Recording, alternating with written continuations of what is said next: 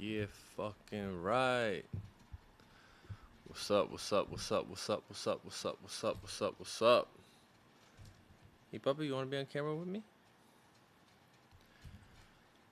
Let's see who's in here tonight. I feel like talking to some people. I got some shit to get off my chest.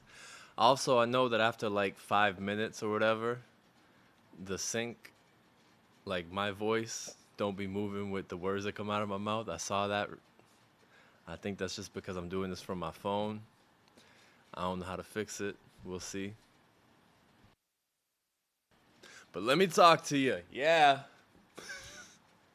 I love LA Night. Hi, puppy. You want to say hi to the peoples? Mira, my gatito, mi garfelito. You shy? You camera shy? You don't want to be on camera? Okay, it's okay, papa. Oh, mi pobrecito. Now you don't wanna be on the couch with me now because I picked you up. Let me just hang out and wait until people come in. I had some haters earlier. I had a good day. Therapy was good. Therapy was like, I wasn't even talking about sad shit. I got a lot of sad shit going on in my life, but I wasn't even talking about sad shit in therapy. I was kind of just chilling. Me and my therapist was kind of like just joking about shit. Like we was like it was like we was talking like friends and shit. Oh, there's two people in here. Let me know who's in here so I can say what's up. If it's my peoples, I have some things to say. If it's new peoples, welcome. I'm eating trail mix out of a coffee mug. Yo,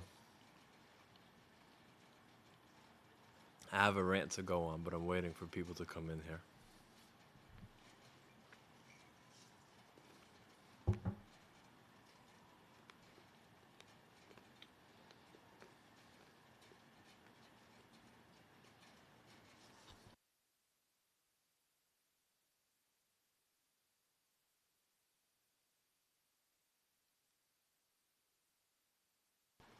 I just found out, I watched a YouTube video that aluminum cans have plastic in them. I don't know how I feel about that. I saw this like he was like Bill Nye the Science Guy, but it wasn't Bill Nye. It might have been like his nephew or something. He did an experiment where he burned with acid half of the aluminum, and so you just saw like a little plastic bag hanging with all the Coca-Cola in it.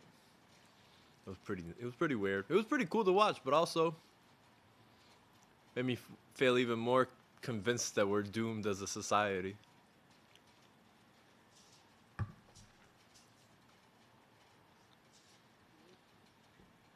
I've been sharing art on TikTok, like music, like poetry.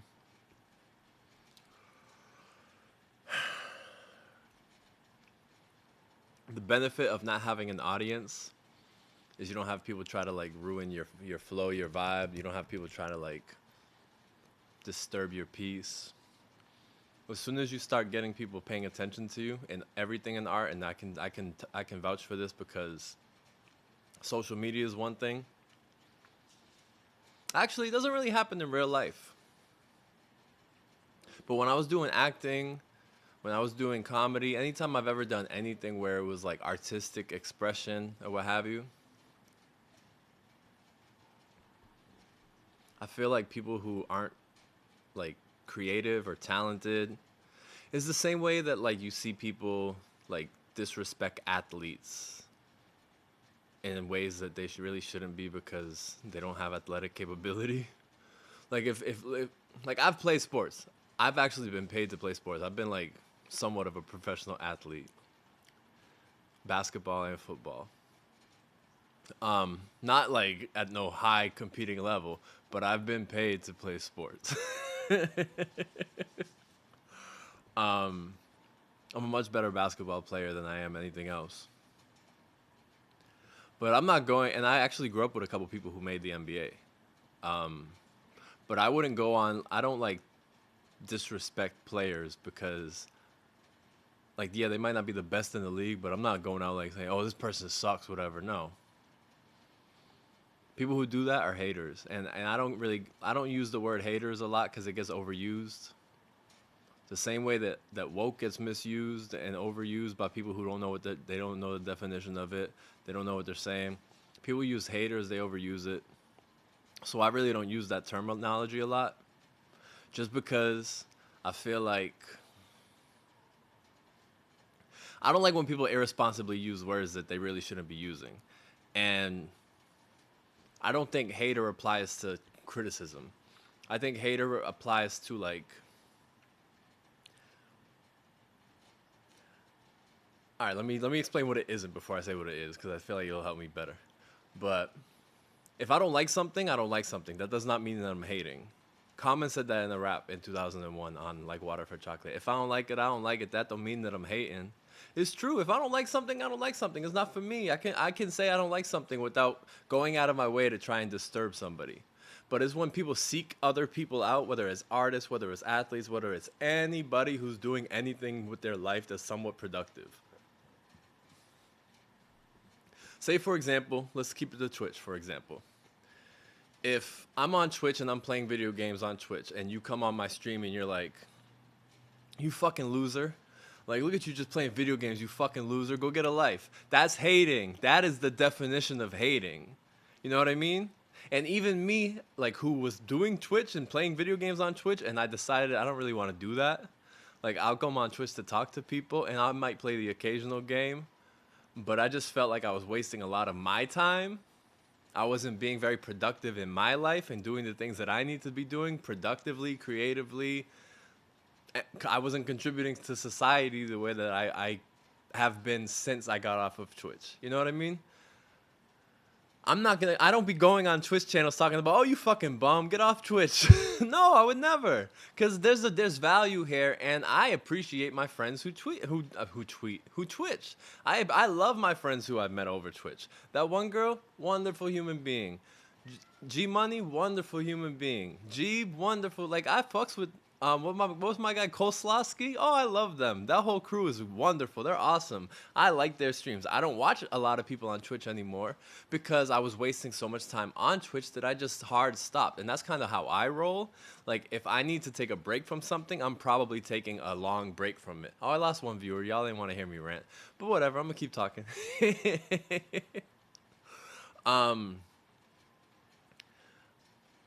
I have to go cold turkey when I break things. I have like I come from a family of addiction. Let me just explain to you. I come from a family of addiction on both sides. My father and my mother's side of the family. Both parents were addicts, so home was mad dramatic. Lost the war on drugs and lost hope. Shit was mad dramatic. An 80s baby.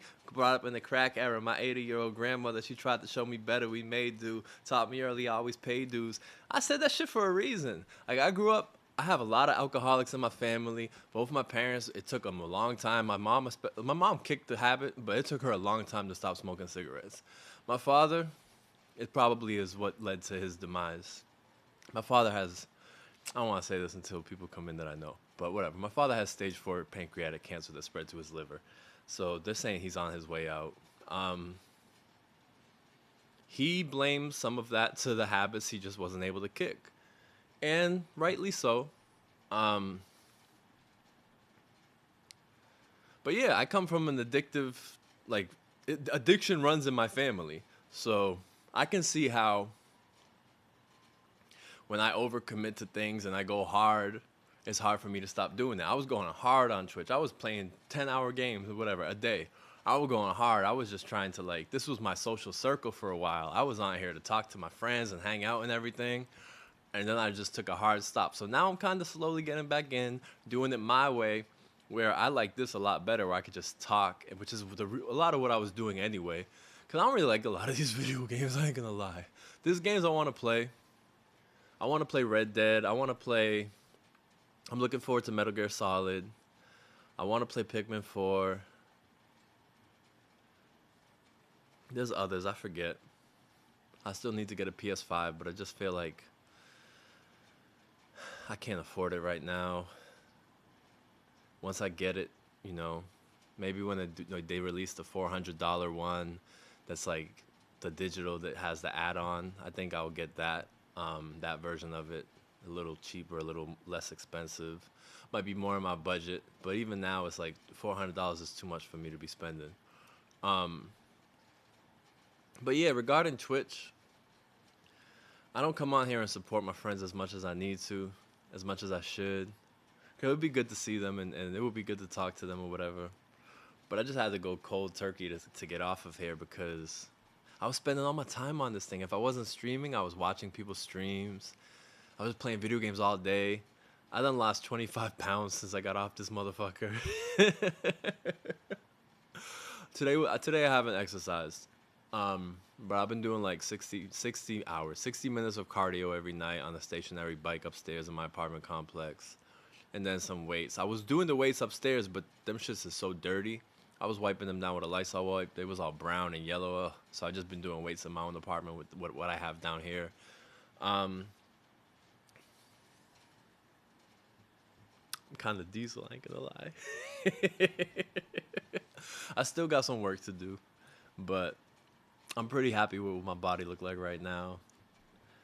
It's probably this is the lightest I've been in like 20 years. I weigh like around 205, which is crazy to me because I was a couple years ago I was 230, and for the past 10 years I've averaged between 215 and 225. 230 was a lot. That's when I was like, yo, I gotta figure some things out.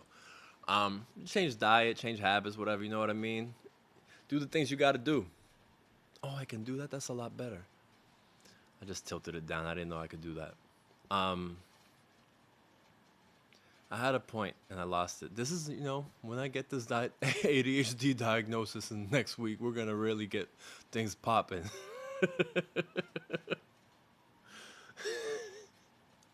Get focused out here. But yeah, I've just been writing a lot. I've been working on my screenplays. I know that sounds so cliche. I wrote 77 pages of a romantic comedy from scratch. Not even something that's old that I like am redistributing or reworking. From scratch, I wrote 77 pages from page 1 to page 77. Not in that order. I kind of wrote one scene in the middle of the movie, and then I was like, all right, I kind of like this feel. Let me start. And then I wrote the beginning. Then I wrote a bunch of other scenes, and then I was like, all right, let me tie it all together before I send it to my co-writer because I feel like I'm wasting her time sending her sporadic random things that aren't connected. So 77 pages. I got about 43 to go. I'm waiting on her to get back to me with her notes and feedback before I really even think about how I'm going to end it. I thought that was going to crack a lot louder than it did, but my shit was tight for a second.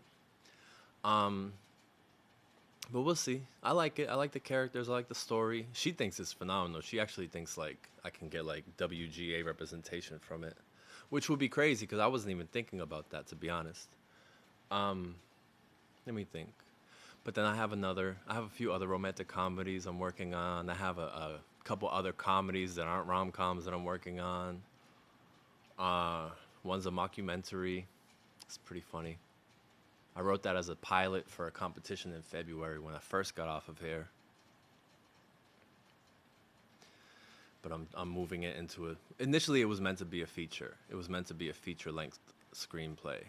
But I wrote it as a pilot for this specific pilot solicitation competition. They were soliciting pilots to try to staff Netflix TV shows. So I was like, let me take this idea and try to work it as a 30-minute sitcom. And that'll be a good, launching point to put it into a 90 to 120-minute movie. There's a lot of work that needs to be done to make it the feature, but I think, whatever, I have a good idea about how I'm going to do it. And then a couple of these romantic comedies are just love letters to one of my exes. Not even to my exes, to one of my exes. She deserves it. She's wonderful. I was dating her before the pandemic started, and then we broke up in the pandemic. I think that's a good idea for, like, a plot device. A couple that broke up because of the pandemic, and then they just never got back together. And, because I think a lot of us in the pandemic, I definitely went through this where I had to face a lot of harsh truths. I had to face, like, a lot of reality where, like, I had to, like, look at my lack of contributions my accountability for where I was in life and for where I wasn't in life. Because let me tell you, when the pandemic started, lockdown happened the day I was supposed to shoot a commercial that I got cast in, a Verizon commercial. I don't know if it was national or regional, but that was like going to be a somewhat relatively bigger break than anything I had been doing up to that point. And I also got cast in a movie that was supposed to film that May that never happened because obviously. So the pandemic kind of robbed me of two big career accomplishments that I had worked hard for a long time. Like they were a long time coming, and I had gained a little bit of momentum, and then I finally nailed a couple auditions. Got, excuse me, it's fucking seltzer water making me gassy. My apologies, but yeah,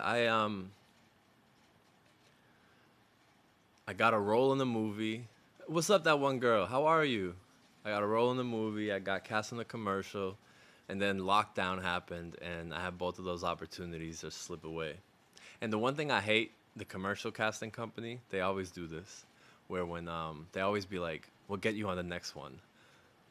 I'm still waiting. I'm still waiting for them to get me on the next one. Like he said it like they owed me. I don't, and obviously that's not the case. But he said it, the way he said it sounded like, "Oh, we owe you. We got you." No, they never had me. They didn't have me at all, actually. I auditioned for a couple other commercials and that never happened. Good, just downloaded Wildflowers, so I'm gonna play that and lurk. What's Wildflowers? I don't even know what that is. I'm just talking shit, that one girl. How long have you been here? I don't even know. 'Cause I just been rambling about things, waiting for people to come in. I just lost my train of thought completely. Oh, but that was my point, was just how like I was actually talking about how I've been avoiding Twitch because it was like such a lack of productivity for me since I got off of here. Like I've been so much more productive. I'm like, I'm not getting on this anymore. I think my addictive personality is a Switch game farming. I'm a witch, etc. Also, I can be a cat. Oh, I like that. Oh, okay. So you heard me. So I don't gotta re-explain anything. Um, that sounds cool.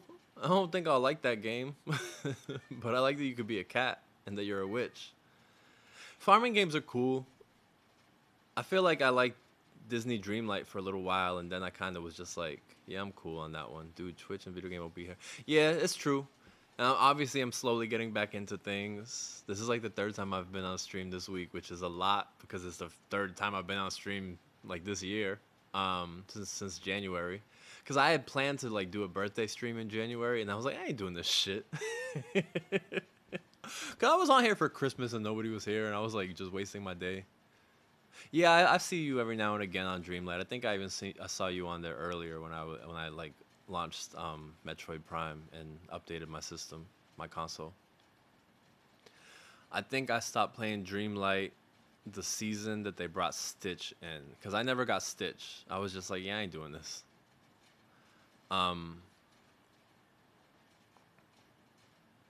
Cool game. Did they change it? Is it like better? I mean, it was cool beforehand, but I just felt like it got real repetitive real fast. So I'm just curious. Did they like make it more like less repetitive? Is it more engaging? Yeah, that would be helpful.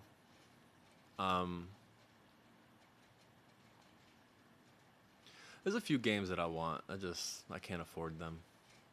I do want to get Red Dead Redemption, and I want to get Pikmin 4. I want to get Pikmin 1 and 2.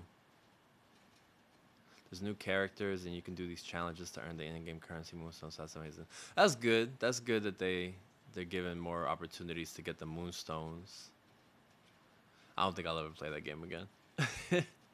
You know what game I want to play is the Mickey Mouse game.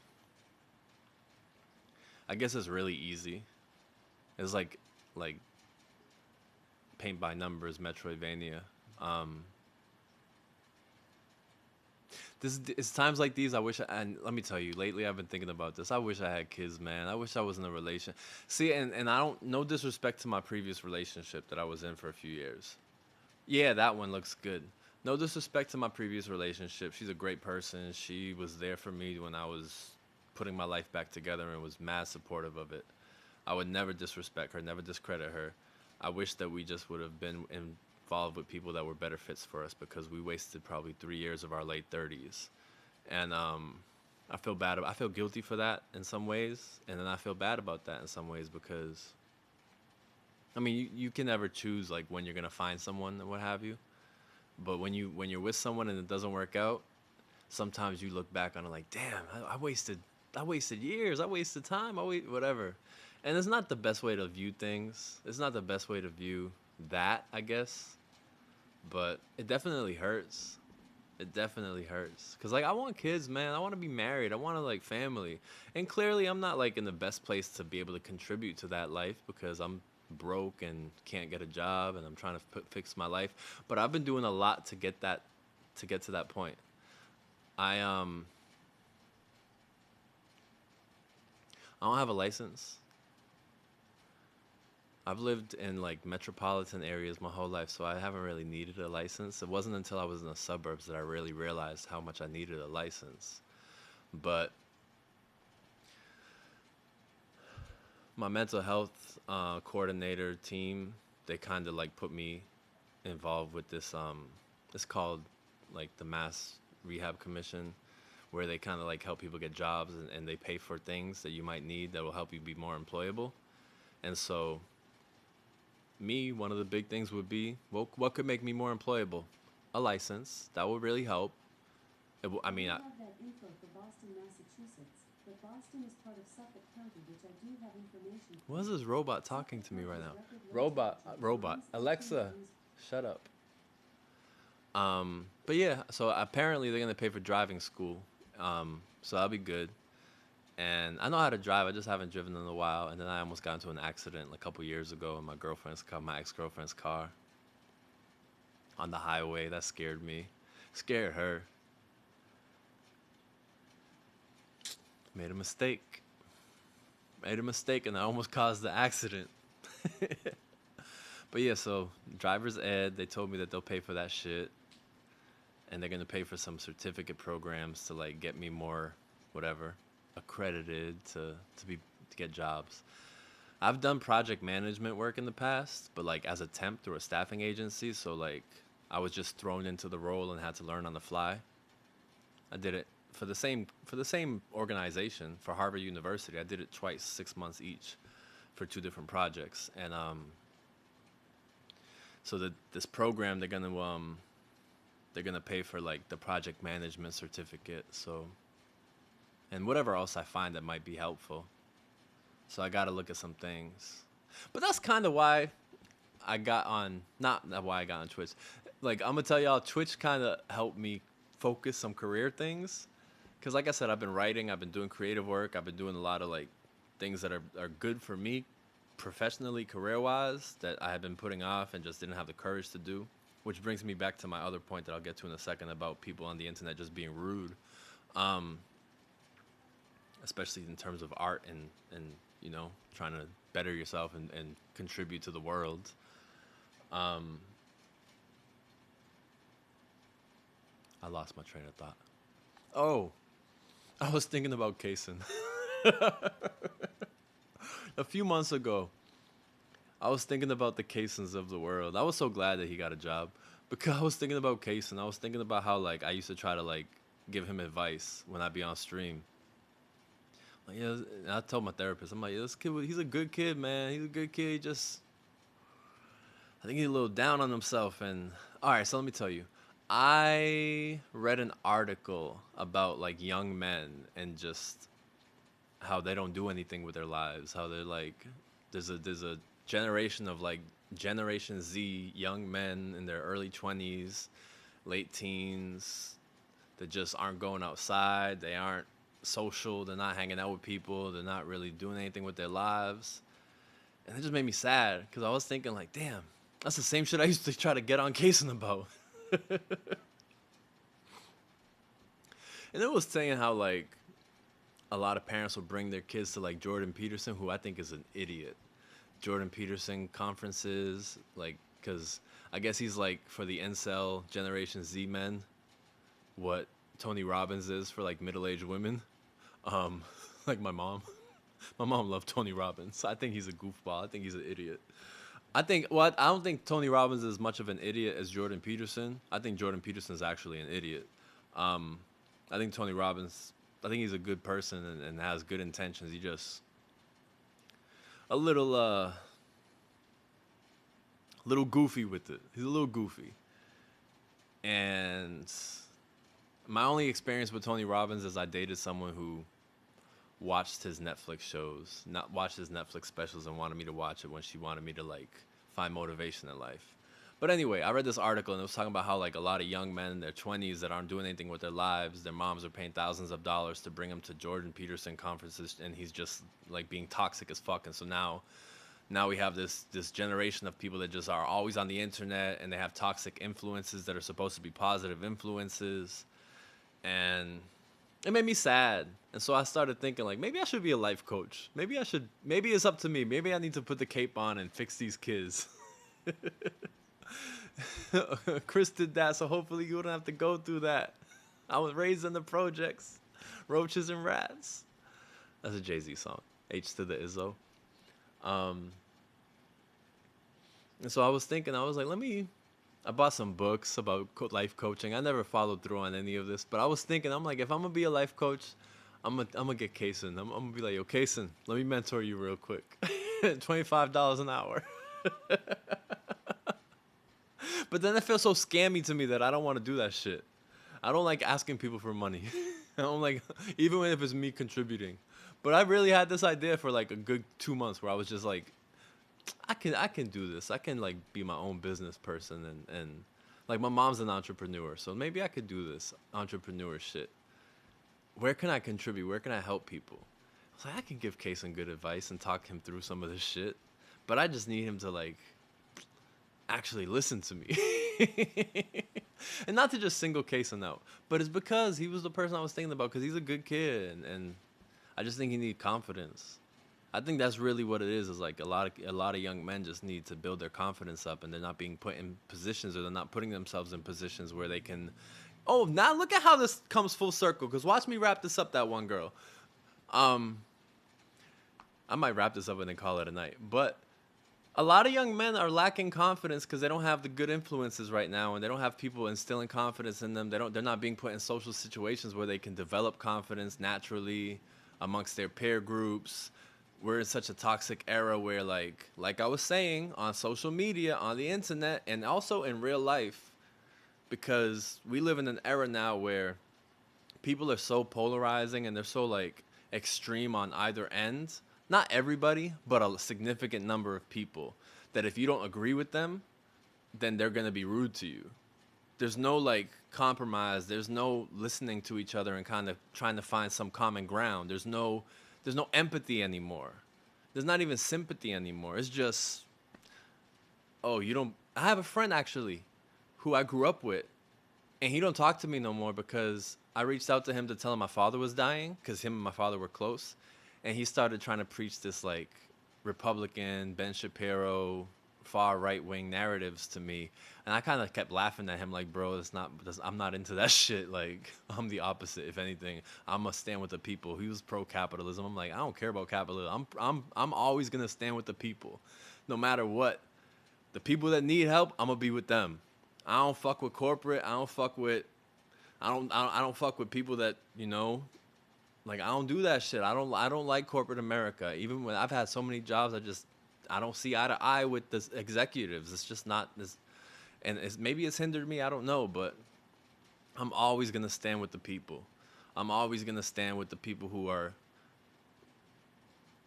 struggling, because I've been struggling. My whole life, I grew up in poverty. So did this man. That's why it's so weird to me that he became what he. But it didn't surprise me too much, because thinking back on him when we were kids, like teenagers and 20s and everything, he always seemed like he was like an opportunist. Like what can I get from y'all versus what can I give? And I've always been the person that's like, if I'm taking more than I give in art, even, not just in relationships, but if I'm taking more than I give in art, I don't want to do the art anymore. I stopped doing stand-up comedy because I was taking more from it than I was giving to it. I got real depressed.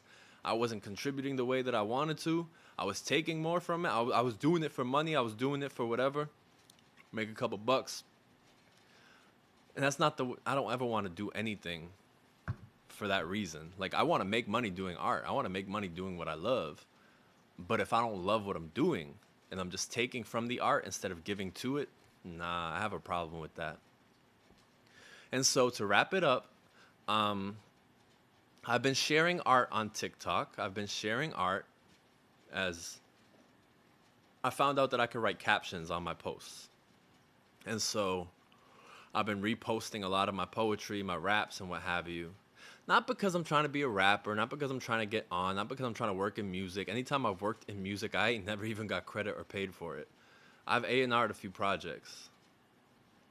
I've helped produce a project. I didn't get no credit for it, and I didn't ask for credit. I would have liked it. In retrospect, it probably would have helped me open some doors in my career. But I did it because I cared about the person creating the art, and I wanted their project to be as great as possible, as good as possible. I wanted them to succeed, and I wanted them to put something out that they could be proud of and that their parents could be proud of. Because one was the child of a woman who I've known for 22 years now. And very proud of her daughter's project, actually. I share it often on the internet. I've purchased it multiple times.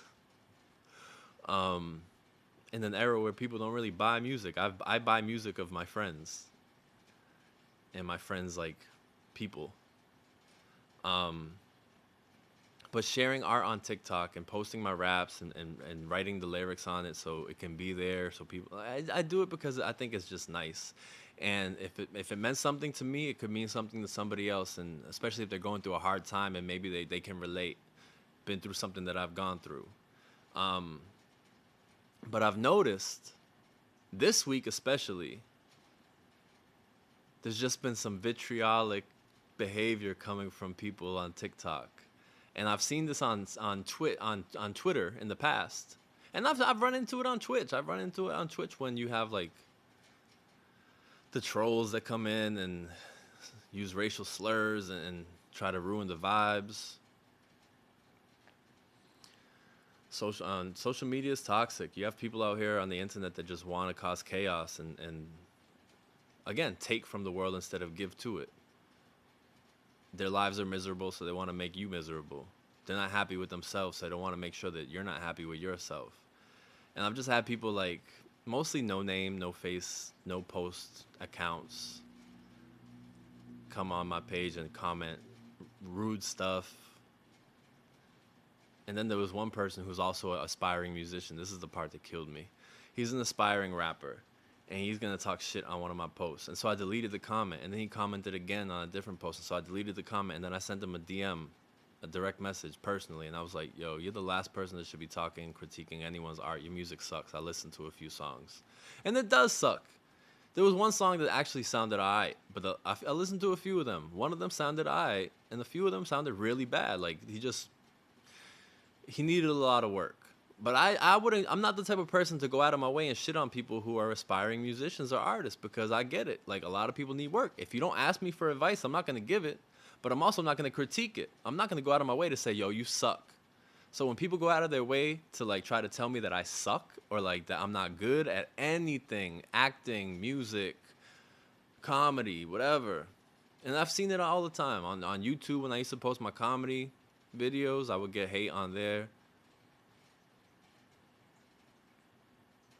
I just don't understand that mentality of people going out of their way to try to ruin somebody's confidence, ruin somebody's creativity, ruin somebody's, I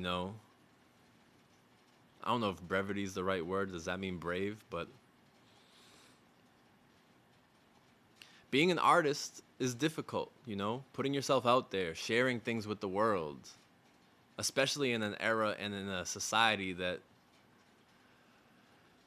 people that can't do things are the biggest critics of things. People that can't do something are the biggest, like, oh, since I can't do it, I'm going to tell you that you suck too.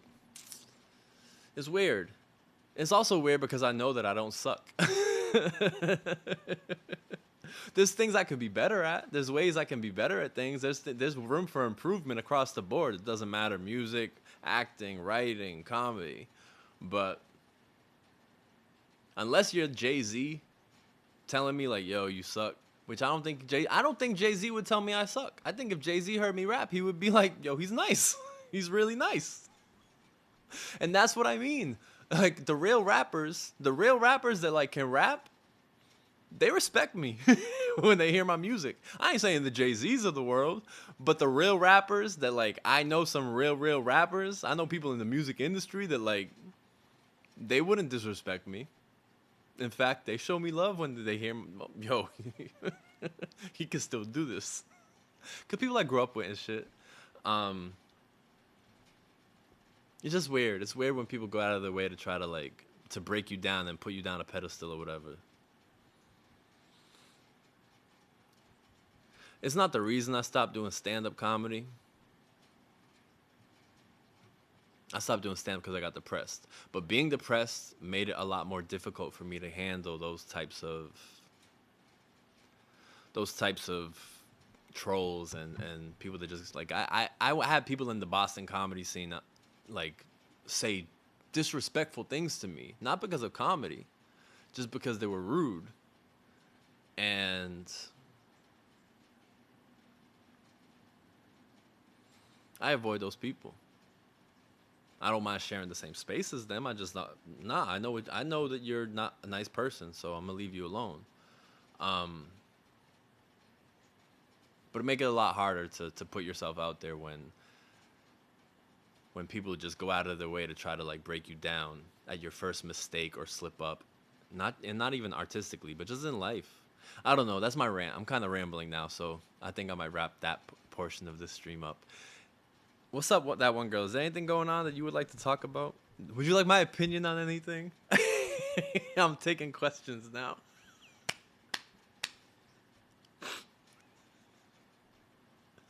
I really did feel like I needed to come on here and rant. I was hoping that Kason would be on here, man. I wanted to ask him how he liked Red Dead Redemption. I never played it. But once they announced it on Switch, I was like, okay, now I might play it.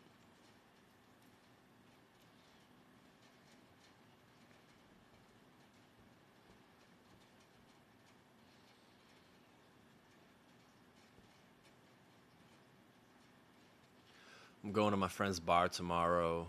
That he asked me if I wanted to work there, so to work with him.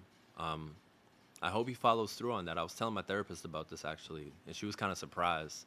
Because this is a big step, not just going out into society and working again, but like working at a bar and whatever. Because I have social anxiety. And I think that's why I relate to a lot of y'all in the stream. Because I know it's not just a me thing. I know that it's a societal thing with our generation and our group that likes the things that we like.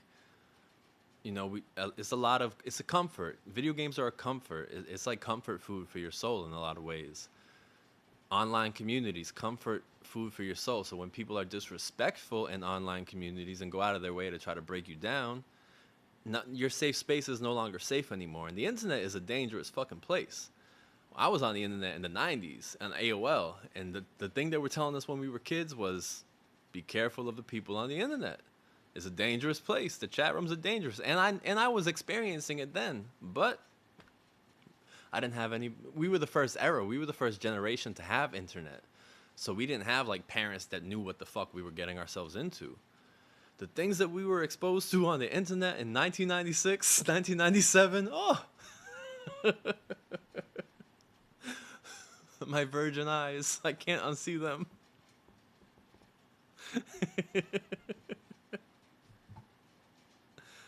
Oh my God.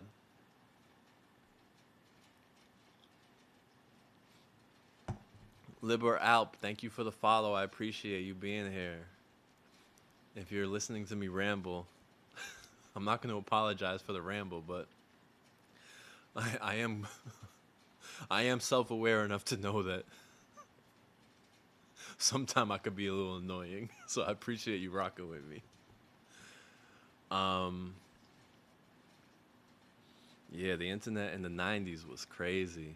It was like the Wild Wild West. I know the internet now is just as bad, but it's more spread out. You have to like go out of your way to find some of the the negative influences online. The negative people will come and find you on social media. They'll go out of their way to find you, but you got to go out of your way to find the negative, toxicity. Like Reddit, 4chan, 8chan, whatever, all the fucking chans. You got to go out of your way to find that toxicity. I try to avoid it. But in the 90s, in an AOL chat room, it was just there. There wasn't much to do on the internet. Especially when you're a hormonal teen. I could talk to girls on here? Not even knowing if they was girls. Very well could have been like some 30-year-old man I'm talking to thinking, yo, you're the same age as me? I actually made one friend. She lived in Pennsylvania. She went to Hershey something, whatever. It was like a boarding school. Hershey Park something, Hershey something. And we used to send each other letters. She used to write to me. It was nice. I hope she's doing well. I had a pen pal off the internet when I was like 15, 16. What an era. What a life. But meeting people off the internet, I almost got myself killed a couple times. I don't know if I ever told that story on here, but I almost walked into a setup one night when I was 20 or 19. Thought I was meeting up with some woman that I had known for a few years off of this social media website like in the early 2000s. We was just hanging out at her crib. We was going to watch a movie, have a few drinks. She tried to walk me into a setup. I almost got my head blown off that night. I was lucky to have escaped. But I've escaped a few. I escaped a kidnapping attempt when I was 11. I've escaped a lot of shit. I think sometimes my therapist be like, I think I'd be traumatizing her by osmosis. I'd be telling my therapist stories. And she'd be like, yo, I've never helped. And they deal with a lot at my clinic. But I think the cumulative, like, all my stories, all my personal experiences, the combination of them in one person, I'll be making, I don't know. I think they think I'm like a miracle. Because I am. I'm a miracle child. I ain't lying. You know, oh, that one girl, let me tell you. In Liberal App, I don't know you, but I'm going to share this with you too. I found out when I was doing my neuropsych exam a couple weeks ago, because my mom was with me, and I had her sit in for the first portion where they was going over background, like early development or whatever. I figured that would be helpful, right? I found out that I wasn't verbal until I was 2 years old, and my brother, who's 13 months younger than me, was talking before me. I was devastated when I found that out. I never fucking knew. I thought I was just like normal as hell when I was a kid, like cognitively. Nope. I was slow.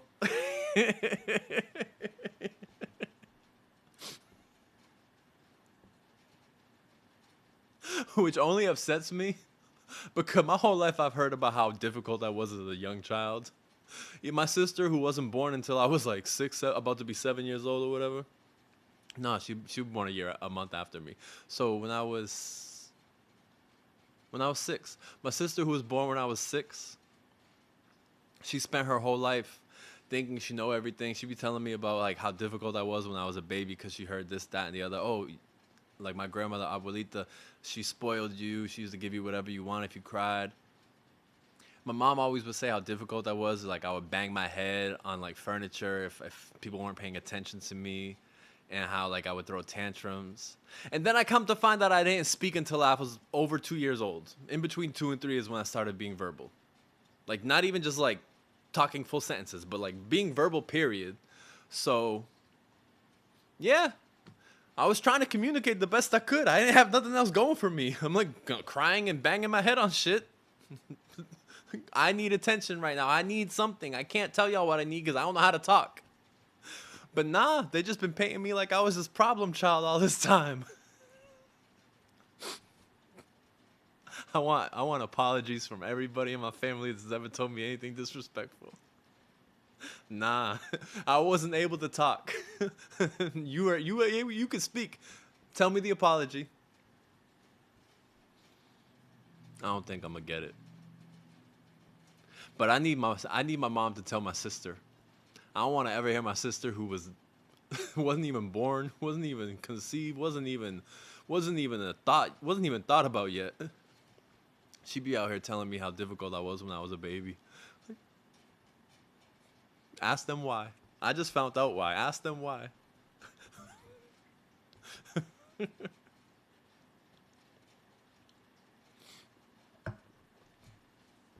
I'll tell y'all more about why I was a miracle child some other day. I don't want to traumatize or trigger anybody.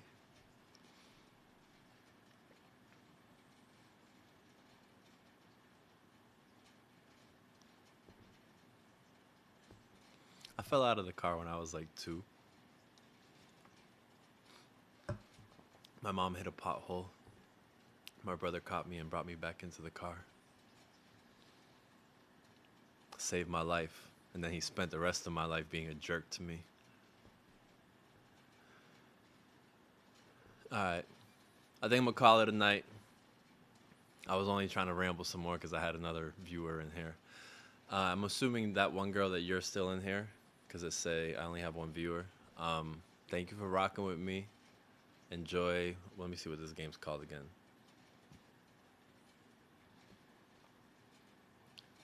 Oh, it won't let me go? Yes, it will. No, it won't. Oh, yeah. Enjoy Wildflowers. Have a good night. I'll be on soon. I'll see you. Peace to the streets.